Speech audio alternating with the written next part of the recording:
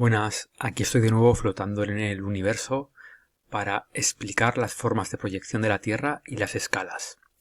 ¿Te has planteado alguna vez cómo es posible representar la Tierra, que es esférica, en un plano? Pues bueno, desde tiempos muy antiguos el ser humano ha intentado representar gráficamente la Tierra pues para poder orientarse, para poder viajar, etc.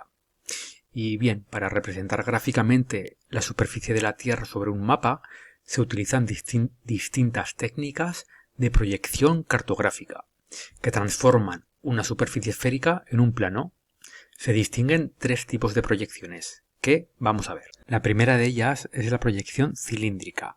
La superficie de la Tierra se representa como si fuese un cilindro o un rollo de papel desplegado. En esta proyección, como podemos ver, los paralelos y los meridianos son rectos. Es una de las proyecciones que más estamos acostumbrados a ver. Otra proyección es la proyección cónica. Aquí la superficie de la Tierra se representa como si fuese un cono.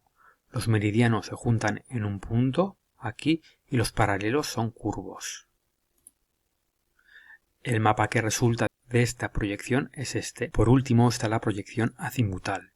La superficie terrestre se proyecta sobre un plano tangente a un punto.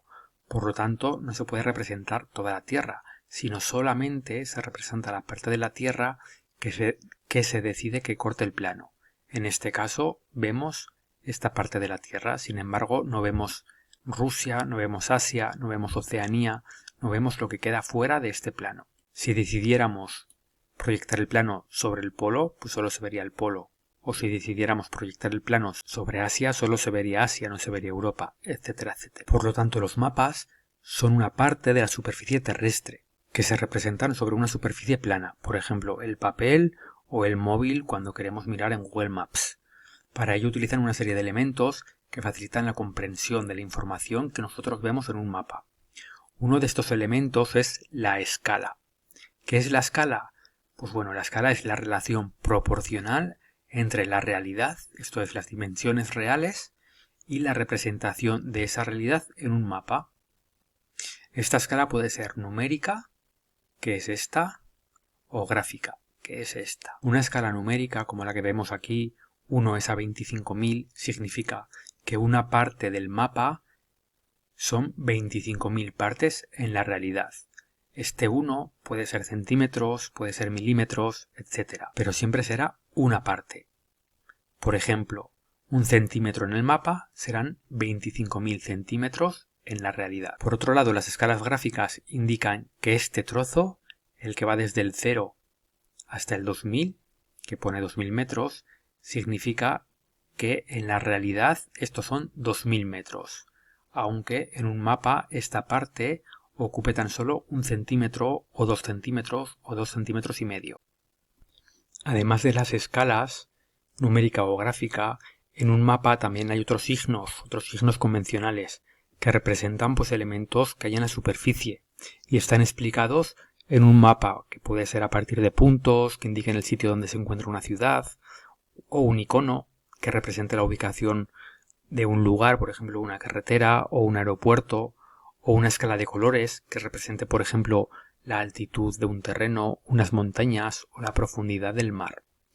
Pero ahora vamos a centrarnos en la forma de calcular las escalas. Aquí tenemos un mapa de la península ibérica con varios elementos. Vemos los rótulos que indican los mares, ¿no? El océano Atlántico, el mar Cantábrico, el mar Mediterráneo o los países que limitan con España. Vemos también que están definidas las fronteras, primero entre países en un gris más oscuro y grueso, y las fronteras entre comunidades autónomas. Y vemos también, que es lo que ahora nos interesa, la escala. Aquí vemos que la escala es una escala gráfica que indica que esta parte son 200 kilómetros, que es decir, este trozo de aquí, si lo transportamos al mapa, serán 200 kilómetros.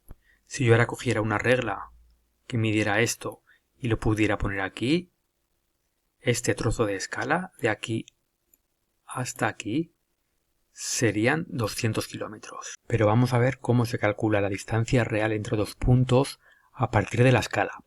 Vamos a seguir los siguientes pasos. Paso 1.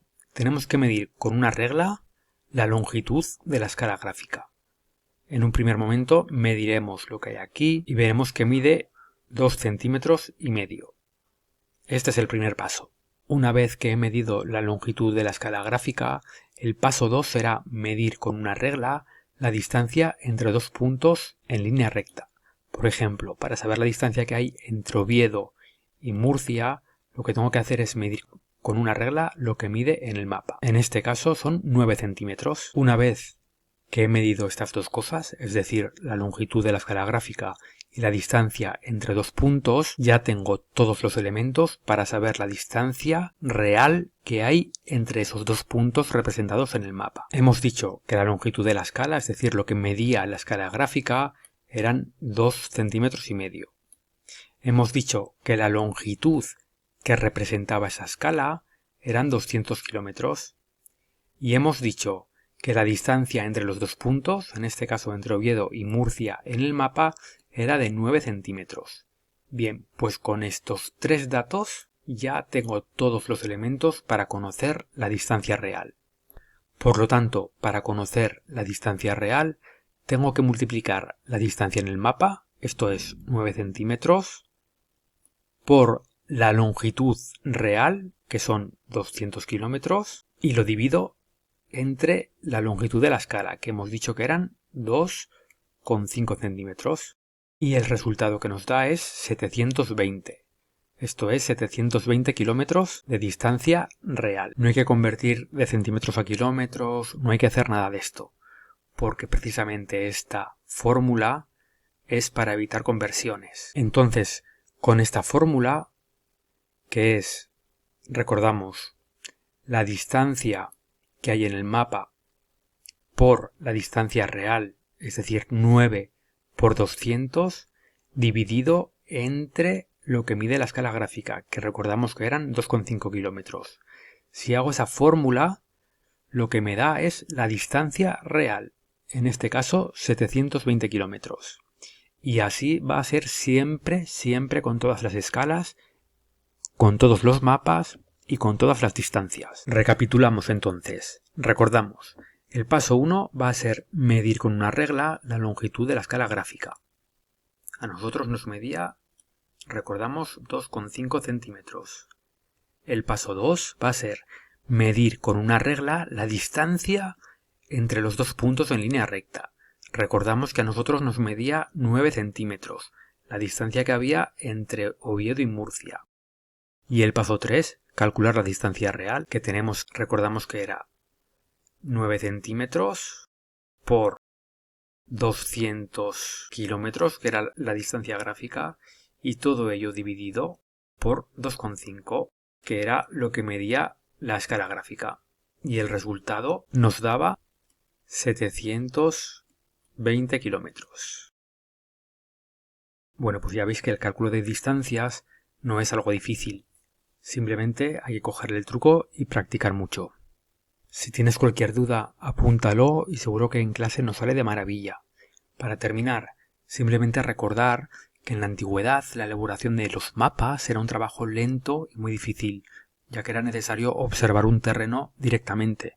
Por ejemplo, para hacer un mapa sencillo como el de Pamplona, todos los geógrafos tenían que observar la ciudad desde el suelo y directamente. Sin embargo, hoy en día los sistemas han mejorado y se pueden hacer mapas muy precisos a partir de la información ofrecida por los GPS, las fotografías aéreas y las imágenes obtenidas por los satélites, que nos permite conocer las formas de relieve, la vegetación, los elementos construidos por el ser humano, como carreteras, puentes, acequias, etcétera, etcétera. Los sistemas de información geográfica engloban equipos y programas informáticos que aportan datos geográficos muy precisos. Estos sistemas de información geográfica permiten la construcción y el análisis de distintos tipos de mapas. Cuando entráis a Google Maps o a Google Earth para ir a cualquier sitio o para mirar dónde está algo, pues es un sistema de información geográfica que ha conseguido que su uso sea muy fácil y que todo el mundo pueda utilizarlo para que nos sea muy útil en nuestro día a día y en nuestra vida cotidiana. Para que veáis la importancia de la geografía, de las escalas y de la representación de la Tierra en mapas.